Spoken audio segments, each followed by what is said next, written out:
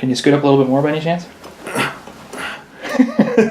Welcome to Icarus, ladies and gentlemen.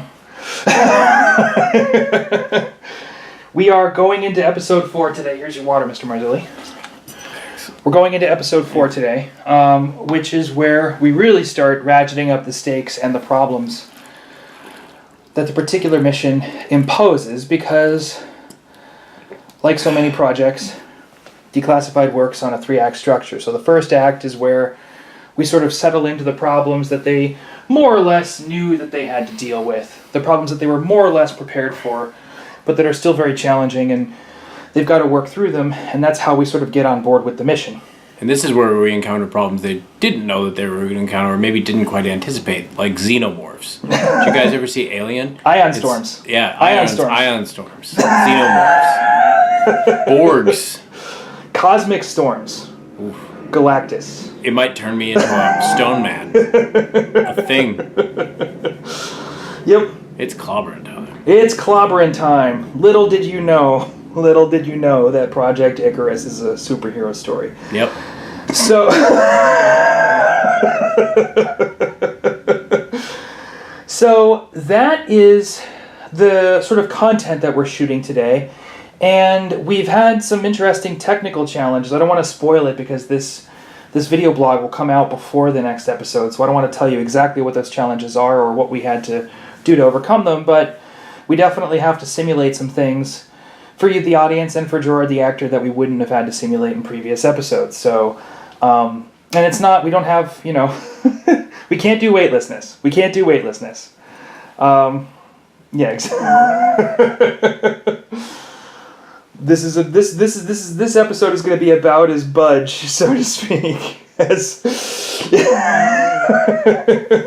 Also, shout out to cousin Charles Boyd of the Marzilli clan for helping create those effects. Thanks, Charles. Thank you, Charles.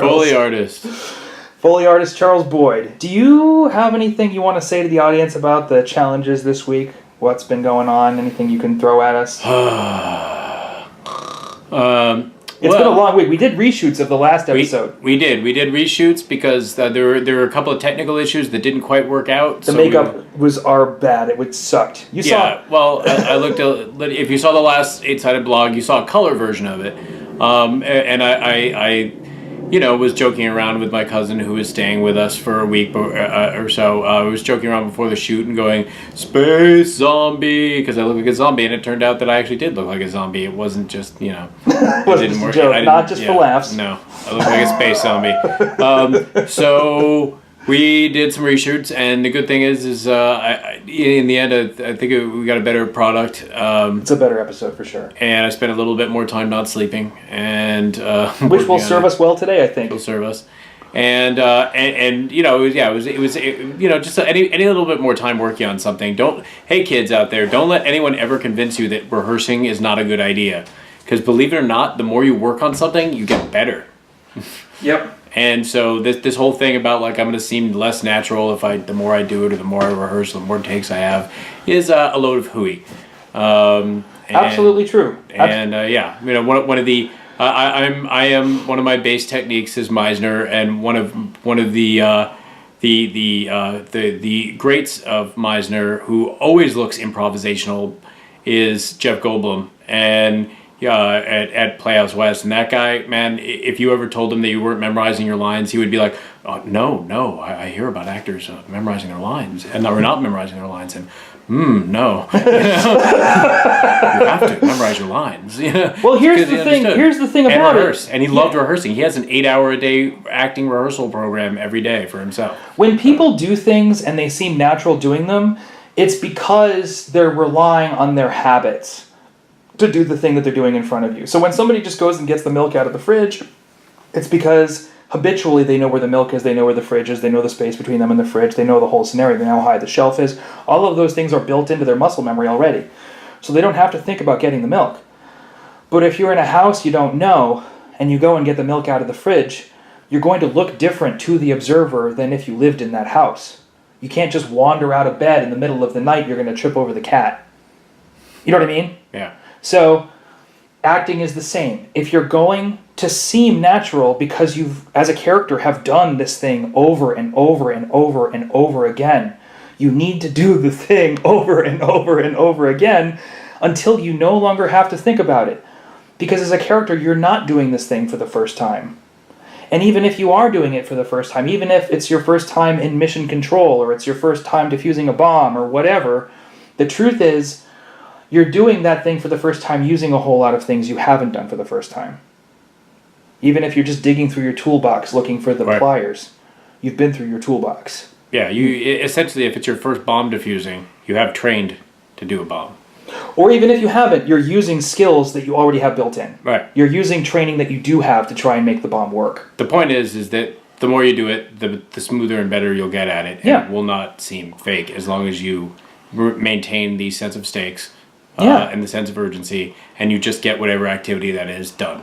And what's cool about the rehearsal process is the more you do it, and back me up here if you agree, Gerard, the more you do it, the more specific you can get, because you get to stop thinking about the general aspects of your performance. You're wrong. I won't back you. No, that's true. You know what Jeff Goldblum would say to you disagreeing? No. No,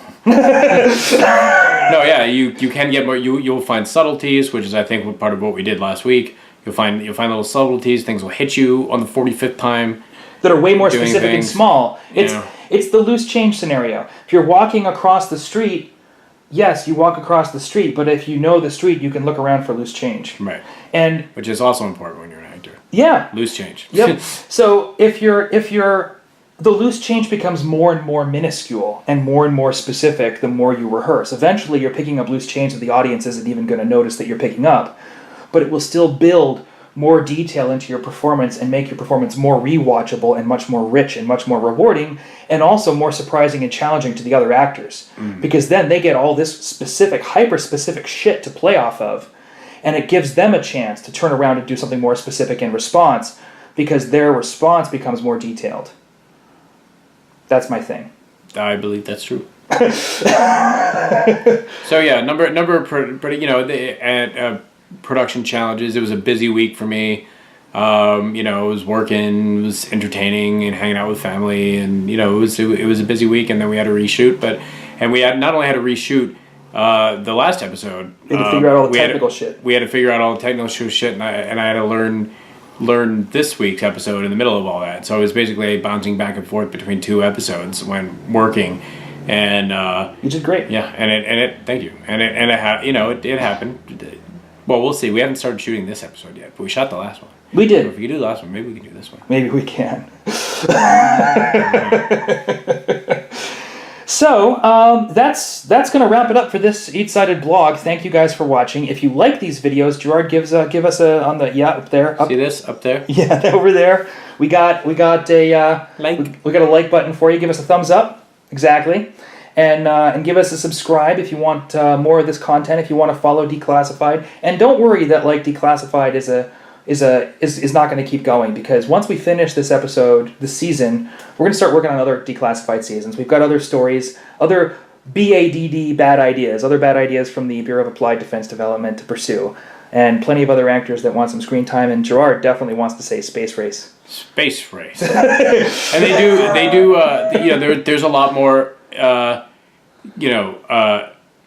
Defense that the Bureau can apply things to. Yeah. So, a